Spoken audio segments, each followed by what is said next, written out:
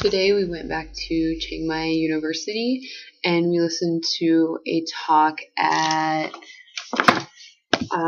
the Science and Technology Park, which was right up my alley. I got to see one of their research labs where they were working with plasma, not plasma as in blood, but plasma as in the fourth state of matter. And so that was really cool. But we listened to a talk this morning from two different speakers about the incubators in Thailand, which I'm really excited about. We didn't get to see any today because the building's under renovation, but just some things that I wrote down about the event. Let me see. There are over 35 incubators in Thailand. 35 incubators in Chiang Mai, which incubators really we saw a few and they turned out to be like office space basically. And they estimate that there are at least 100 incubators in the country, just for Chiang Mai University. And incubators are also ran by like private businesses. So maybe this is, I should start by telling you what they are. I don't remember if I did that or not. The incubators are, so some of the notes that I wrote, incubators receive money from the government and from private sector to give money to small businesses to start up. And so it's a community of entrepreneurs, and it gives them the opportunity to start a business that they might not otherwise have, and they don't charge them any money until they've been successful. So it's really it really is a risky investment because you might be investing in a business that doesn't work. But it's a really intensive 3-month program to get a business started and out the door and, running with it. And it's really interesting. So the administrators who oversee the incubators, and they're also used as advisors for the entrepreneurs, they are not allowed to invest in the entrepreneurs, which in America that would be really unacceptable, but here they see it as an unfair bias. And so I wrote down they seem to want a level playing field to ensure all of the incubators have a fair chance. So they don't want like one administrator in particular putting a ton of money into them and making them successful only because there's one person that likes them. So there's also, if you work in the incubators, or anywhere from Chiang Mai University, there's a co-working space called the Brick, and it's where they do scouting for incubators, because for incubators you usually have to people usually come in and apply, or they're specifically scouted at certain events. The Brick also has meetings, 40 to 50 people events, which they have so many events. They said 20 to 30 small events that are 40 to 50 people a year for like their meeting rooms. But then they have at least 4 events every year that are at least 300 people that come in and out for like a convention type thing. So the Brick, you can also experiment with prototypes for your product. There are desks available to rent and pre-incubation activity-based programs. So they kind of offer programs open to the public to see if incubation's for you. Like it kind of puts reality in your face and, is this a good business idea? Is this, do you have what it takes to be a business owner? Do you really believe that? And so it kind of gives them like pre-incubation activities to see before they do this.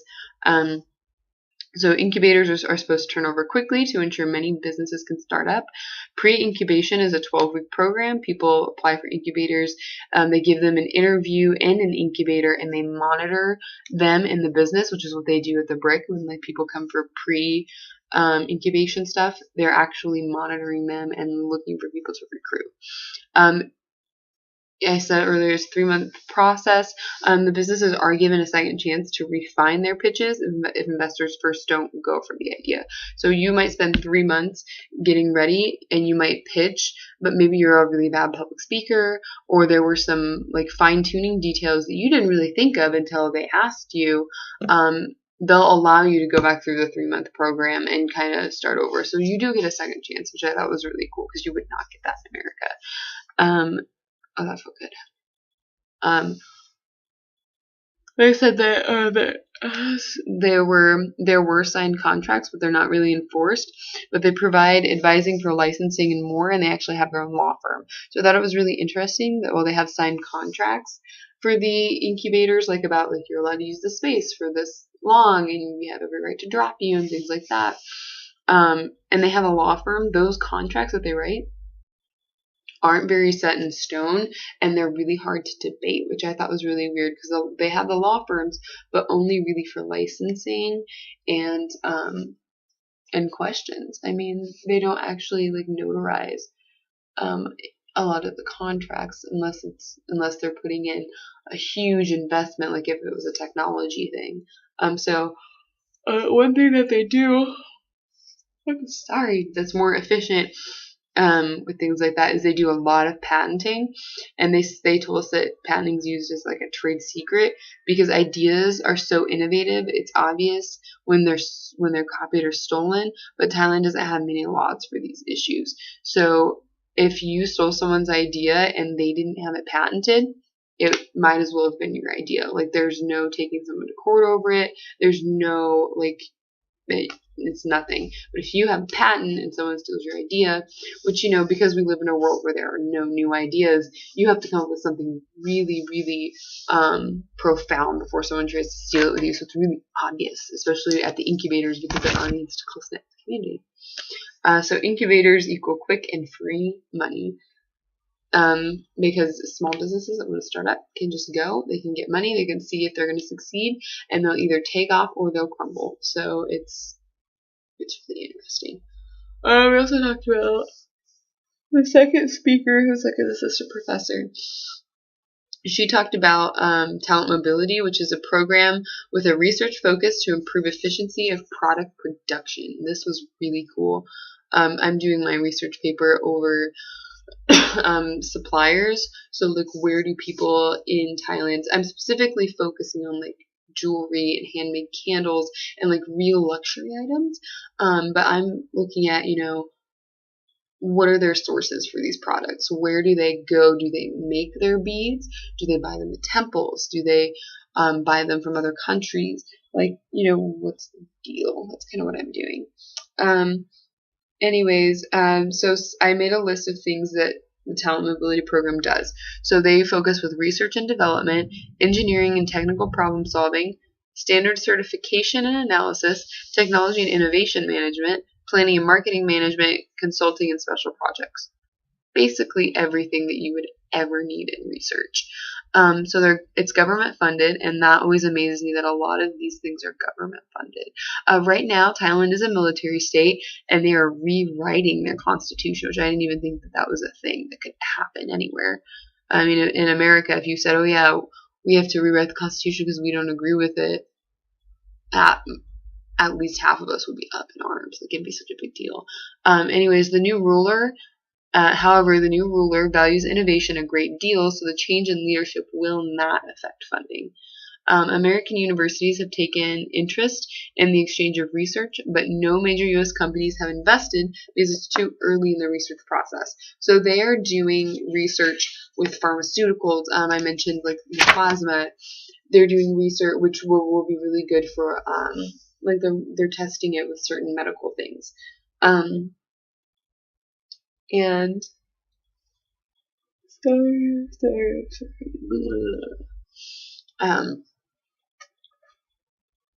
technology, engineering, software, anything like that. Looking at medical equipment. One of the things that they talked about was an engine that, like a vehicle engine that runs off of decomposing plant matter. So, which I mean is basically what oil and coal is, just compressed extremely. And so they're looking at taking like the nitrogen and carbon gas that's created from plant and animal matter decomposing and using that and as an engine for vehicles. And it's really cool because it is patented. And it's something that, they're testing with different kinds of vehicles right now. So that's really interesting. After that, we went to this really wonderful little restaurant called the Salad Palace.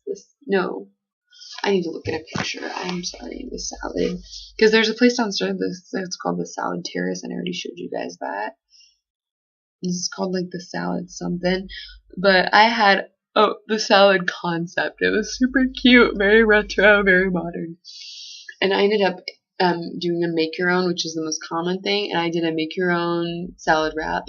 And so it had like all the lettuce, anytime you get a salad here, it's always like a ton of mixed lettuce, like 6 different kinds of lettuce and arugula, and it's so wonderful. Anyways, and so you get 5 free toppings, and then there are some that are a little bit extra. So I got something that they call Job's Tears, which I got on the side because I had no idea what it was, but I really wanted to know. It turned out to be like barley, like the barley that you get. Not barley, I don't remember exactly what it is, but you get it in cans, and it kind of looks like chickpeas that have been cut a little bit and have like a darker, maybe it was barley, but anyways, it wasn't too great. Like, it just wasn't seasoned. It tasted like it came out straight out of a can. It was kind of sad. But there was that, bell peppers, croutons. The croutons were interesting because they just soaked up the flavor. They weren't flavored like our croutons are. What else did they have? Stuff. I got Japanese cucumber. And then I paid a little, well, actually, Dr. Wilhelm paid for everything. And I got tuna on it. And oh my gosh, the tuna was actually more expensive than the salmon, which I thought was weird because usually it's the way around in America. It was like tuna sashimi. It's literally this thick. I am not even kidding. I have pictures, and there were like 4 or 5, 6 slices, up in my wrap. It was so good. Oh my gosh. And the dressing that I got was a Japanese black sesame dressing, and I really want to go back and see if I can buy some so I can learn how to make it and duplicate it in the States, because it was amazing, and everyone I know would have liked it. Maybe not most people I know would have liked it.